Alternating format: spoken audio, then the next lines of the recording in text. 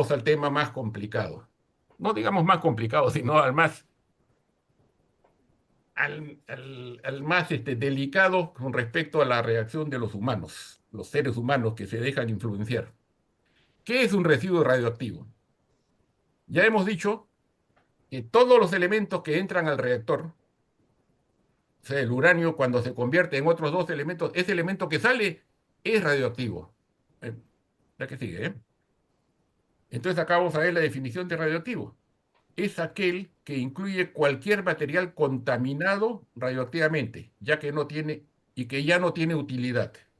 Bueno, este es el concepto con el que se ha manejado hasta ahora el residuo radioactivo. Fíjense que ya no tiene utilidad. Bueno, esto ya ha sido vencido, ya no es así. Adelante. ¿El combustible usado para los reactores nucleares puede considerarse un residuo? Sí, pero también puede ser un recurso para volverse a usar. Y dentro de un ratito vamos a ver que los reactores que se llaman de cuarta generación, en lugar de usar un porcentaje muy pequeño de la energía del uranio, usan muchísimo más. Vamos a ver las proporciones dentro de un minuto. Adelante. ¿Qué tipo de residuos radioactivos hay? Hay aquellos de muy baja actividad, menos de 5 años. Algunos solamente duran segundos o minutos. Después vienen los de media actividad, que duran hasta 30 años, y hay los de alta actividad, que duran hasta miles de años. Muy bien. Entonces uno dirá miles de años, entonces vamos a estar toda nuestra vida expuestos a esto. Vamos a ver que no es tan así. Esto ya se los dije, la única diferencia entre combustible nuevo y usado es que, adelante, es que en combustible nuevo es solamente óxido de uranio y en el combustible usado prácticamente está toda la tabla periódica de elementos en estado radioactivo. Y esto sí es importante recalcar.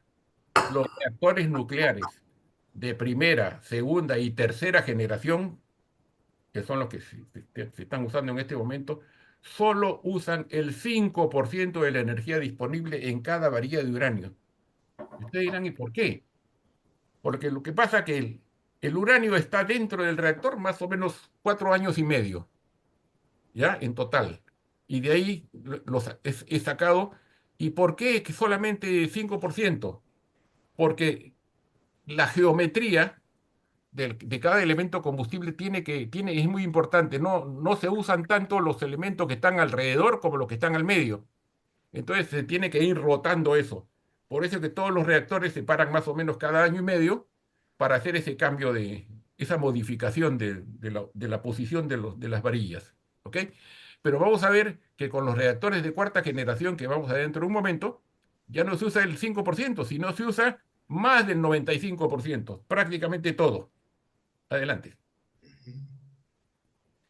Aquí se ve una piscina de combustibles usados. ¿Qué cosa es esto? ¿Y por qué es piscina? En primer lugar, en cada uno de estos huequitos que se ven abajo, va una de las varillas de combustible que les presenté hace un ratito. ¿Ven? Son cuadraditos, ahí va metiéndose cada uno. O sea, cuando pasan 4 años y medio o 5 años, sacan la varilla del reactor y la meten al agua. ¿Y por qué al agua? ¿Y qué profundidad tiene esta agua, esta piscina? Esta piscina tiene 12 metros de profundidad. Los 4 primeros metros son para el combustible, porque el combustible mide 4 metros. Los 4 metros que siguen son para maniobrar. Y los 4 metros superiores son para evitar que las personas que están afuera reciban algo de radiación. Porque resulta que el agua es uno de los mejores aislantes de las radiaciones. Entonces acá lo que se hace es guardar el combustible hasta que se enfríen, 5 años, y desaparezcan todos los elementos radioactivos de actividad corta. O sea, todos aquellos que tienen menos de 5 años, cuando salen de acá, ya no son peligrosos. Adelante, la que sigue. Cuando salen de ahí, se guardan en estos barriles. Estos son unos barriles especiales que tienen concreto armado, reforzado, y tienen un huequito al medio en donde va la varilla de combustible. O sea, para cada varilla cada elemento combustible va en un barril, por supuesto cortado del tamaño del barril, ¿no? Esto donde se guardan, se depositan actualmente hay un montón de sitios donde se guardan. edificaciones especiales, se guardan en cuevas, se guardan, en fin, han habido ideas de todo tipo, hasta mandarlas al espacio, tirarlas al mar o lo que sea. Pero por ahora es esto nomás. Ahora no es tanto tampoco como que digan, nos vamos a inundar de estos depósitos. Si nosotros tuviéramos reactores nucleares, un par de reactores grandes, nosotros no podríamos llenar una casa, del tamaño de una casa, un ambiente de este tamaño, en varios años. Adelante. Bueno, y llegamos a esto que desgraciadamente es así a pesar de que no nos guste. La mala fama de la energía nuclear.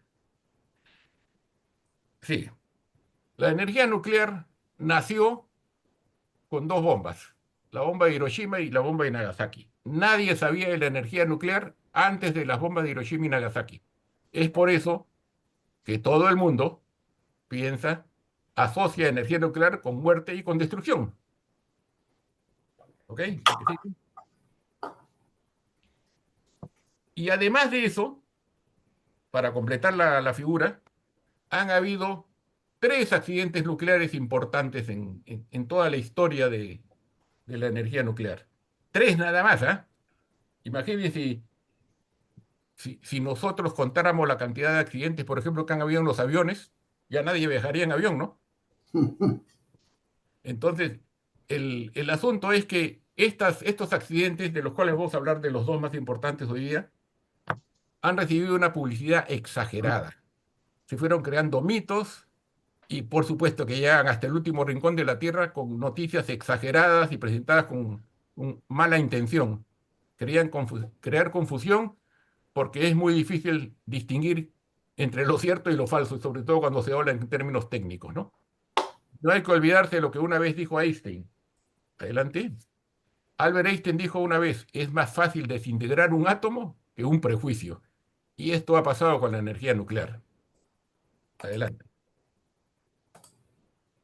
El miedo se debe al desconocimiento y precisamente una de las cosas que yo quiero, uno de los propósitos de estas charlas es esta, evitar el desconocimiento. O sea, todos tienen que saber qué es y se van a dar cuenta de que la solución no es vivir en una burbuja, ¿no? Si es así, nosotros no viajamos en carro, no viajamos en tren, no viajamos en nada, ¿por qué? Nos metemos en nuestras casas, pues, ahí sí estamos más seguros, ¿no? Y una vez viene un temblor y se cae la casa y pasa lo mismo. Entonces, tenemos que saber son los peligros y los riesgos y tomar las medidas de seguridad necesarias para prevenir cualquier daño. Eso es lo que se necesita hacer. Adelante. Y por supuesto, la tecnología elimina los riesgos. Van a ver ustedes con todos los desarrollos que han habido, gracias a las enseñanzas de estos dos accidentes, les voy a relatar, se han conseguido un avance tremendo en seguridad.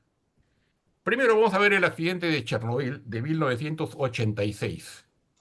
Saquen su cuenta, la bomba atómica fue lanzada en el 45, el primer reactor nuclear de potencia se inauguró en Inglaterra en el 53, después comenzó una, ¿cómo se llama? Una carrera loca de construir reactores, todo el mundo quería construir reactores de potencia, hasta que vino este accidente. En primer lugar, tenemos que resaltar que este accidente ya no va a poder suceder nunca porque el reactor de Chernóbil, ese tipo de reactores ya no se hacen nunca. La cantidad de cosas malas que tenía era tremenda. En primer lugar, ese reactor no fue diseñado para generar energía eléctrica, sino para producir plutonio, para fabricar bombas atómicas. No se olviden que era la época de la Guerra Fría. Entonces, este reactor, como se vio que ellos podían conseguir plutonio de otra forma, dijeron vamos a usarlo para producir electricidad. Pero no tenía una serie de deficiencias. Una de ellas es lo que se llama la inestabilidad o la peligrosidad intrínseca. Adelante, la que sigue. Se consideraban intrínsecamente inseguros. Una de las cosas es que cuando se aumentaba la potencia, aumentaba la temperatura. Los reactores actuales no son así. Se aumenta la potencia y la temperatura disminuye. pero en esa época esos reactores eran así. Otra cosa, como era un reactor medio experimental, se podían bloquear manualmente todos los sistemas de seguridad. Y justo el día que pasó el accidente, eso fue lo que pasó. Aparte de eso, estaba el reactor solito construido en una construcción normal, como una casa normal. Ahora tienen una cobertura especial, una construcción completa, que vamos a ver el tamaño del tamaño que es, que protege la fuga de elementos radioactivos. Adelante. El día del accidente fueron unos físicos a hacer un experimento. Entonces bloquearon una serie de puntos de seguridad, puso a la central en situación de elevado riesgo. ¿Ya? Además de eso, el personal no estaba bien capacitado, con decir, y ni siquiera bien, no solamente capacitado, sino provisto de las herramientas necesarias. En este momento, toda persona que entra a un reactor tiene que llevar un dosímetro, o sea, es un elemento que va diciendo cuánta radiación ha entrado en tu cuerpo. Ni siquiera eso tenían los que operaban la central de Chernobyl. Adelante. Cuando detectaron que algo iba mal, se tomaron una serie de decisiones equivocadas que empeoraron la situación hasta que el reactor quedó fuera de control. ¿Qué decisiones tomaron? El problema es que como la gente no estaba capacitada, comenzaron a tomar decisiones lo primero que vieron que se fue a apagar el reactor, pues no lo apagaron. Siguieron, en lugar de dijeron, abre esa válvula, cierra esta, cierra la otra, de frente, no apagaron el reactor hasta que quedó fuera de control. ¿Y qué pasó? El refrigerante empezó a hervir.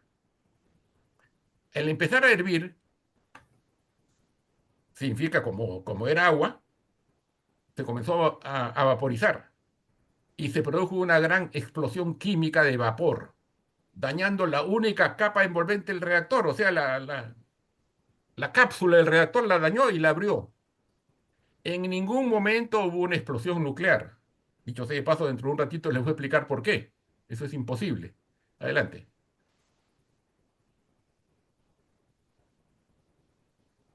¿Siguen? Se produjo un gran incendio y luego una segunda explosión originada esta vez por el vapor remanente existente dentro del reactor. ¿Sí? El reactor número 4, que es uno de los cuatro que habían, el grafito que se usaba como moderador empezó a arder y los productos de fisión se comenzaron a liberar al medio ambiente. No se olviden que los productos de fisión, algunos son sólidos, pero otros son gaseosos. Entonces escapan al medio ambiente. Una segunda capa de protección, sea un edificio adecuado, hubiera evitado que esta fuga sucediese. Adelante. La liberación de este material a la atmósfera generó una nube radioactiva que se extendió con una amplia área de Ucrania, Rusia y Bielorrusia. No se olviden que Chernóbil queda en Ucrania. ¿Siguen? En esa época era toda la Unión Soviética, ¿no? El incendio duró 10 días.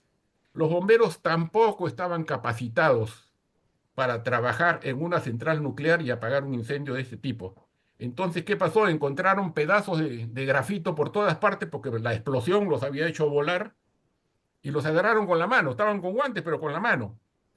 Y esos trozos de grafito pues estaban altamente irradiados. Es por eso que muchísimos de ellos se murieron dejaron de ser bomberos para toda su vida, ¿no? Adelante. El número de muertos inmediatos a causa del accidente fue de 31, o sea, 31 murieron en el momento a causa de las explosiones y de los incendios. Pero después hubo más consecuencias. En el largo plazo hay un estimado de 4.000 fallecidos. Ahora este número también es digno de estudiarse, ¿no? Porque todos los antinucleares dicen que la cantidad de muertos fueron de 400.000. Le agregaron un par de ceros a esto, ¿no? Pero según los estudios técnicos fueron solamente 4.000. Pero la gran mayoría, adelante, la gran mayoría fueron casualmente los bomberos y el personal de la estación que estaban trabajando ahí. Y hay una cosa que tienen que tener en cuenta, miren esto, ¿ah? La bomba lanzada sobre Hiroshima solamente pesaba 64 kilos, o sea, solo tenía 64 kilos de uranio. Y en Chernobyl habían 190 toneladas de uranio. Saquen la proporción. No llega, pues, esto no llega ni al medio por ciento, ¿no? Y adelante. Actualmente no existe ningún reactor funcionando en Chernóbil. El reactor ha sido cubierto de hormigón y los niveles de radiación son monitoreados permanentemente. Y después vamos a ver qué ha pasado en el pueblo que estaba al costado de Chernóbil y, y- y otras cosas más. Adelante. Una vez que había pasado esto fue el 86, no pasó nada hasta el 2011. ¿Y qué pasó en el 2011? En Fukushima, en Japón. Nosotros tenemos siempre en la mentalidad que los japoneses son más ordenados, más cuidadosos. Entonces, acá no, pensábamos que no podía pasar nada. Sin embargo, hubo un terremoto de magnitud 9 e inmediatamente después un tsunami. Y este tsunami provocó la inundación de la central nuclear afectando a 3 de los reactores. ¿Sí? Entonces, esta agua que entró inundó el grupo electrógeno que proporcionaba el agua para el enfriamiento de los reactores. O sea, fue una concatenación de hechos, porque ellos habían puesto el grupo electrógeno diciendo, si es que hay un tsunami, acá llega hasta 8 metros.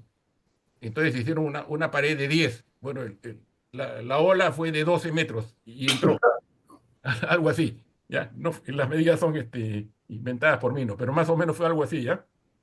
Entonces, uno siempre tiene que tomar mucho más precauciones de las que puede calcular. Adelante. Y esto también es digno de resaltar. En Fukushima, ninguna persona murió directamente como resultado del accidente nuclear. Hubo entre 40 a 50 personas heridas por lesiones físicas o quemaduras por radiación, pero que después se sanaron sin ningún problema. Y cuando alguien dice, no, pues el accidente de Fukushima murieron 20.000 personas, pero no fueron por el accidente nuclear, fueron por otras cosas. Adelante. Las muertes posteriores llegaron a 130. La mayor parte fueron bomberos y personal de la planta que ayudó a apagar los incendios y estuvieron expuestos directamente a la radiación. Pero esto de acá es consecuencia posterior. Actualmente esto ya no sucede porque ya se han dado cuenta de que la forma de apagar los incendios tiene que ser diferente, cómo apagar la planta es diferente, etcétera, etcétera. Entonces, todas estas cosas nos enseñaron, y aquí se han tomado lecciones muy valiosas para producir los reactores que se llama de tercera generación y por supuesto los de cuarta generación también. Ya, vamos a ver dentro de un momento. Adelante. Los expertos de la ONU han afirmado que las emisiones radioactivas tras el accidente de Fukushima no han tenido consecuencias negativas significativas para la salud y que es poco probable que se pueda discernir sobre efectos futuros directamente relacionados con la exposición a la radiación. Esto también es muy importante porque no sé si ustedes han oído hablar, a veces llegan por redes sociales, dicen no usen hornos de microondas porque producen cáncer. ¿No?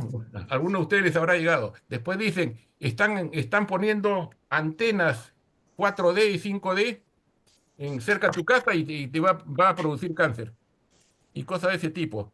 Todas son opiniones sin ninguna base científica que son producto, pues, vamos a hablar de las redes sociales, de que a alguien se le ocurre decir algo. Entonces hay que tener mucho cuidado. Y lo mismo pasó con el asunto de Fukushima. Murieron un montón de personas, pero ¿por qué? Porque tuvieron que cerrar la central nuclear. Y esa central nuclear le da calefacción a mitad de la ciudad, mejor dicho, a toda la ciudad. Al no tener calor, mucha gente se murió enferma, se murió de neumonía por el frío. Ustedes saben que el frío es muy grande allá. Entonces hubieron gran cantidad de muertos, pero no por la central nuclear, no por elementos nucleares, sino porque no habían tomado la precaución de ver un elemento alterno cuando, si algo falla, ¿no? Adelante.